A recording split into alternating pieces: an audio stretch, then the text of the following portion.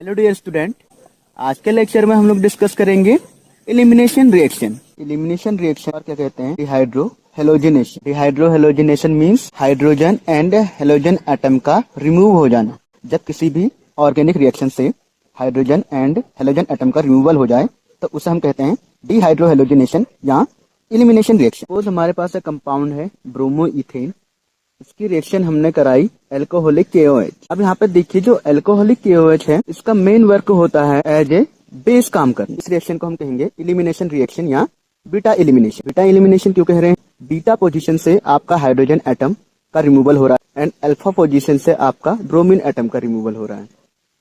चलिए एलिमिनेशन एक और रिएक्शन से समझ लेते हैं। सपोज हमारे पास एक कंपाउंड है 2 ब्रोमो ब्यूटेन। इसमें देखिए ये आपका अल्फा कार्बन एटम है, इसके जो नियरेस्ट 2 कार्बन एटम होंगे वो क्या होंगे? बीटा।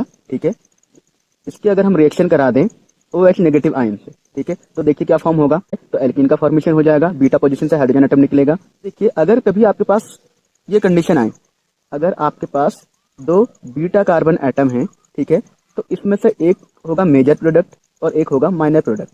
ठीक है, मोस्ट सब्स्टिट्यूटेड जो एल्कीन होगी, एल्कीन मोइटी के बाद वाले कार्बन एटम जिसमें ज्यादा होंगे वो आपका मेजर प्रोडक्ट होगा, जिसे आप सेडजेस या जेट सेव प्रोडक्ट भी कहते हैं। अगर आपके एल्कीन मोइटी सबसे कम एल्काइल ग्रुप से सेटिस्फाइड होगी तो वो होगा आपका माइनर प्रोडक्ट, जिसे आप क्या कहेंगे? Hopman product. या इसे आप ऐसे भी समझ सकते हैं, लेस सब्स्टिट्यूटेड जो एल्कीन होगी वो माइनर प्रोडक्ट या हाफमैन प्रोडक्ट बनाएगी, और जो मोस्ट सब्स्टिट्यूटेड एल्कीन होगी वो मेजर प्रोडक्ट या सेडजेस प्रोडक्ट बनाएगी। ठीक है, एंड हाफमैन प्रोडक्ट को एक रिएक्शन से और समझ लेते हैं। सपोज हमारे पास है 2 ब्रोमोपेंटेन, इसकी रिएक्शन हम बेस से करा देते हैं। ठीक है, तो पहले क्या फॉर्म हो जाएगा? देखो, पेंट 2 इन जो आपका मेजर प्रोडक्ट होगा। ठीक है, दूसरा क्या फॉर्म हो जाएगा आपका? पेंट 1 इन, ठीक है, जो आपका माइनर प्रोडक्ट या हाफमैन प्रोडक्ट होगा। ठीक है, मैंने आपको पहले ही बताया था। देखिए पेंट 2 इन में एल्कीन जो मोइटी है इसके बाद आपके 2 एल्काइल ग्रुप लगे। ठीक है, तो ये आपका सेडजेस प्रोडक्ट या जेट से प्रोडक्ट, या इसे हम क्या कहेंगे? Major product. चलिए अब हम बात कर लेते हैं reactivity order towards elimination reaction. ठीक है, तो यहाँ पे भी आपका वही रूल फॉलो होगा। आपका जो टर्शियरी एल्किल हैलाइड है ज्यादा रिएक्टिव होंगे in comparison to second, and second क्या होंगे?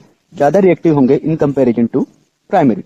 और मैंने आपको पहले ही बताया था आपकी आयोडीन की रिएक्टिविटी क्या होती है? सबसे ज्यादा होती है in comparison to bromine and chlorine atom. ठीक है, अगर यहाँ पे ध्यान रखने की बात यह है, अगर आपके पास अल्कोहलिक KOH है तो वो एलिमिनेशन रिएक्शन का सपोर्ट करेगा। अगर आपके पास एक्वस सोल्यूशन है KOH का तो वो सब्स्टिट्यूशन रिएक्शन को सपोर्ट करेगा। ऐसा क्यों होता है? देखो, अगर हम KOH का एक्वस सोल्यूशन बनाएं तो ये जो OH नेगेटिव आयन या हाइड्रोक्साइड आयन प्रोड्यूस करेगा वो न्यूक्लियोफाइल की तरह एक्ट करेंगे। ठीक है, वहीं अगर हम KOH का अल्कोहलिक सोल्यूशन बनाएं तो ये जो हाइड्रोक्साइड आयन प्रोड्यूस करेगा वो एज ए बेस यूज होंगे। ठीक है, बेस होने की वजह से ये एलिमिनेशन रिएक्शन को सपोर्ट करते हैं। देखिए एग्जामिनेशन में हमेशा अगर आपने कोई भी रिएक्शन करनी है तो उसमें आपको मेन फोकस आपका रिएजेंट पे होना चाहिए कि आपको रिएजेंट क्या दिया हुआ है। अगर आपको एल्काइल हैलाइड के साथ अल्कोहलिक KOH दिया है तो एलिमिनेशन रिएक्शन होगी। अगर आपको एक्वस KOH दिया हुआ है तो एज ए न्यूक्लियोफाइल को सपोर्ट करेगा और सब्स्टिट्यूशन रिएक्शन होगी।